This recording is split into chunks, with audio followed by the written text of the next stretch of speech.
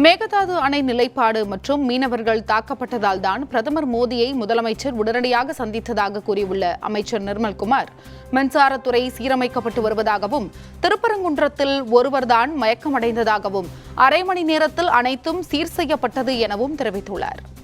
டெல்லியில போனது அபிஷியலான ஒரு சந்திப்பு, பிரதமருடைய சந்திப்பு.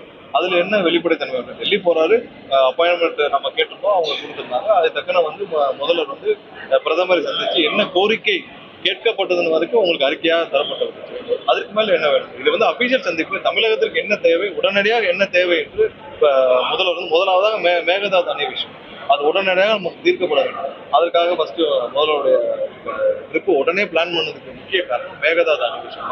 மேலும் மற்ற கோரிக்கைகள் நம்மளுடைய மீனவர்கள் தினம் தாக்கப்பட்டு வராங்க. ஸோ இதெல்லாம் கண்டிப்பா நிறைய கோரிக்கைகளை கொடுக்க வேண்டிய அவசியம். முக்கியமான 5 கோரிக்கைகள் உடனடியாக தீர்க்கப்பட வேண்டிய கோரிக்கைகள். காலையில் நானும் அங்கே நேரில் போயிட்டு வந்தேன். ஒரே ஒருவர் மட்டும் தான் வாங்கி இருந்தாரு. நாங்கள் அதுக்கப்புறம் திரும்ப கமிஷனர் எல்லாரையும் ஆலோசிச்சு எல்லாத்தையும் பண்ணோம். நானும் அங்கதான் இருந்தோம். என்னன்னா அதிகப்படியான ஒரே 1 மணி நேரத்துக்குள்ள 60,000 பேர் அங்க திரண்டுட்டாங்க. உடனடியாக அனைத்து தேவைகளும் செய்யப்பட்டுச்சு. ஒரு தவறான செய்தி பரவப்பட்டுச்சு. மீதி எல்லாத்தையும் நாங்க ஒரே ஒருவர் மட்டும் தான் மயக்கம் கொண்டு இருந்தாங்க. மற்ற ஒரு சில பேருக்கு மட்டும்தான் அங்க அங்க சோர்வால இருந்தாங்க. மற்ற இந்த மாதிரியான செய்திகள் எதுவுமே இல்லை. நான் அசிஸ்டன்ட் கமிஷனர், டெப்டி கமிஷனர் கூட அனைவரும் அங்கே இருந்து அனைத்தையும் பார்வையிட்டு ஒரு அரை மணி நேரத்தில் அனைத்து சீர் செய்யப்பட்டது.